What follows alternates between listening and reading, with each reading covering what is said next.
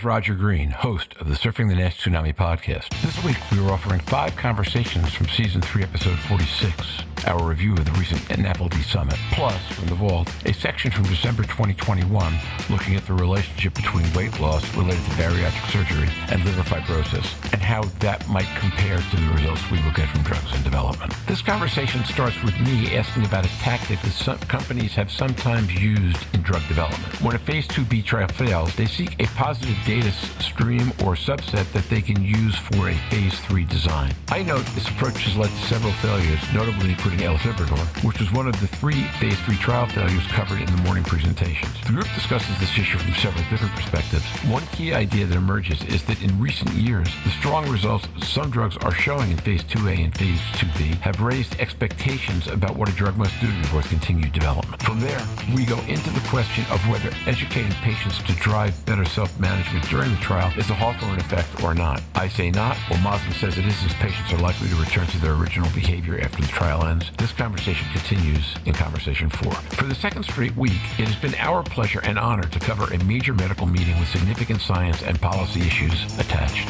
Also, this conversation brought some important voices in Nashville to the podcast for the first time, which is always a good thing. So, sit back, listen, enjoy, learn, and when you're done, join the dialogue on our LinkedIn discussion group.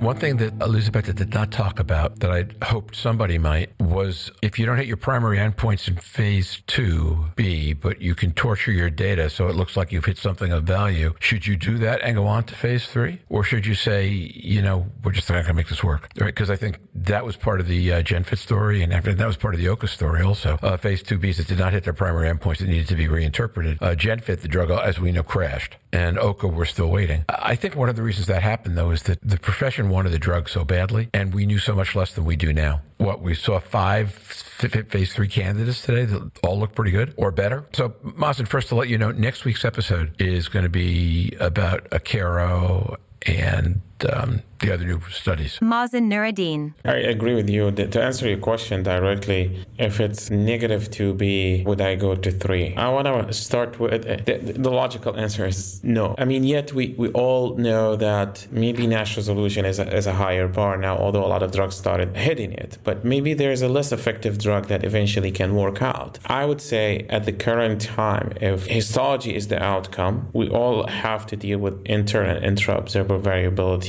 Hawthorne effects, placebo effects, you name it. So if your Phase 2b on histology is negative and the regulator is still requiring the same endpoints, the same way, the same everything, I'll answer from physician standpoint. I'll probably be less likely to put my patient in that Phase 3. I want my patient at least to have some benefit. I don't want it to be very slim in Phase 2 or negative and put them on a Phase 3. So that's my immediate answer for that. Not thinking about what pharma does, not thinking about the financial consideration and all that. So you have to remember, though, aldafermin, MGM kills the drug, and the stock market rewards the stock price, because we're now at a point where we've seen enough things blow up in 2B that investors are skittish about putting any more money behind a small company with a 2B failure. And aldafermin wasn't really a failure. It was just one bad data point at one dose. We talked about aldafermin before, and Arun mentioned it during the meeting, and I totally agree with him. I think the drug worked with the secondary endpoint, which is one of the primary endpoints that the FDA requires in Phase 3. And I do support their cirrhotic trial because technically they hit one of the endpoints that has been established as primary efficacy endpoint. So just wanted to throw that out there. Sven Frank. We should also not forget that the landscape has drastically changed. So if you look at the Phase 2 GenFit data, you see some effect on steatohepatitis. It's not just NASH resolution, but if you look at the individual components, you see a clear effect on the steatohepatitis. That does not translate it in the overall population in fibrosis regression, but those that had an improvement in steatohepatitis also had some improvement in fibrosis. So at that point of time, given the competitive landscape at that moment, moment.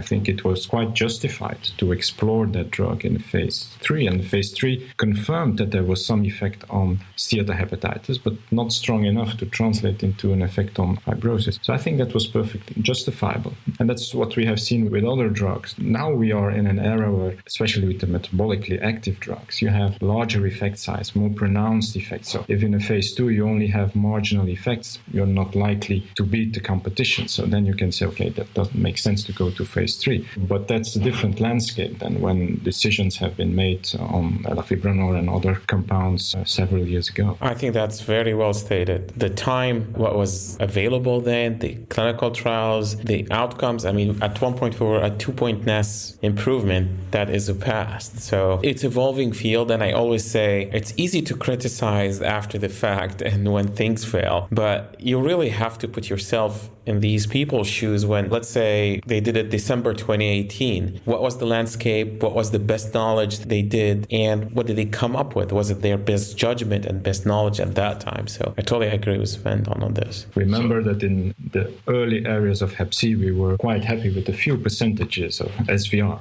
I got to work on all that stuff. A lot of the drugs that didn't do very well or did okay. The earlier Hep C drugs we did pricing and forecasting for, and I did a lot of that for Ella, also for GenFit. I think the point obtains. The other difference, though, frankly, is that I think at that point in time, investors wanted the drug to succeed badly enough that you could get the money you needed to do the phase 3 trial. So I think the investors are a little skittish about trials that have failed, or the trials that have failed have made investors skittish even about good drugs. Again, we discussed it. At that time also, SEMA was around, and the effects was much better on NASH resolution. And it's a drug that addressed the entire body with weight loss and pre-diabetes and all this. So it's probably the right decision. I'm not sure. But yeah, as Sven said, there's like a lot of other cofactors in the field and the science and the market, as you're saying, Roger, that there are a lot of considerations that the sponsors taken. I totally agree with that. I want to go to one of the issues that underlied a lot of the meeting that I'm going to come into in kind of a funny way. The issue is, what are we trying to do here globally? And the funny way I'm going to come into it is through the discussion this morning about Hawthorne Effect, because what was described this morning as a Hawthorne Effect isn't. And I'm not just being picky, it actually matters. A Hawthorne Effect is a research artifact. In the original study, you have a wall that's white, you paint it green, productivity goes up. Productivity drops, you paint it white, productivity goes up again. So whereas they originally thought it was the color that you paint the wall, it turns out it was just the fact that you paint the wall. And that's a research artifact, and those are the things that you want to avoid. Here, what we were calling a Hawthorne Effect is that we educate patients in the placebo group, and as a result, they perform better, which creates a better placebo response and therefore a higher standard for the drug. But the question I was asking myself, and because I'm not a researcher, I wasn't going to go behind Mike for this, is if what we're here to do is help patients, then at the end of the day, in the reality of life, we hope that we will get better at educating patients on how to take care of themselves at the same time the drugs come to market. So what we were calling a Hawthorne Effect is in fact the environment that we'd like to create. And then it's not a research artifact, then it's an effort to simulate,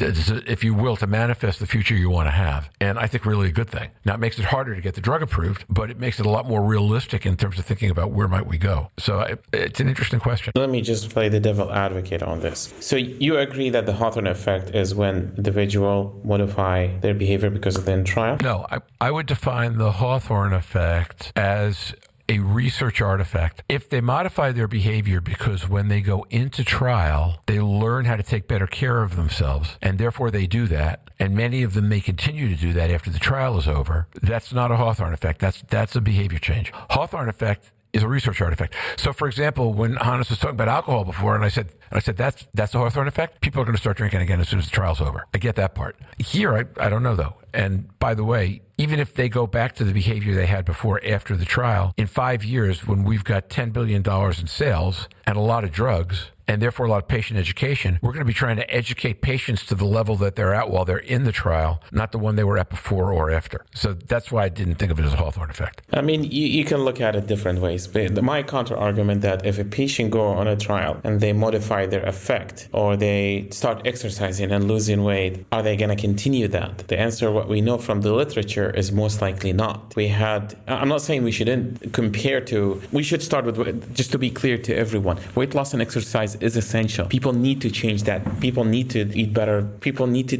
walk 10,000 square foot on a bridge, and even there's no bridge, nice views, they should do that. But in a clinical trial, the question is, do they go change their behavioral, affect the drug, and then get out of the trial and back to where they're at, and the drug is affected? The other point is, we know, for instance, the Largoma study in gastro, now it's like they're very highly cited, that it's very hard to achieve weight loss, especially for 10%, and most people reverse after. I mean, like they go back to what there was. So I think it's a complicated concept on the modification and within NASH clinical trials. And now, back to Roger.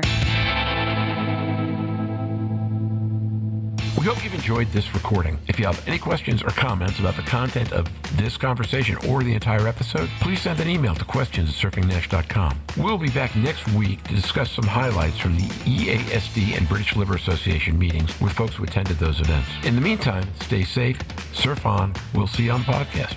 Bye-bye now.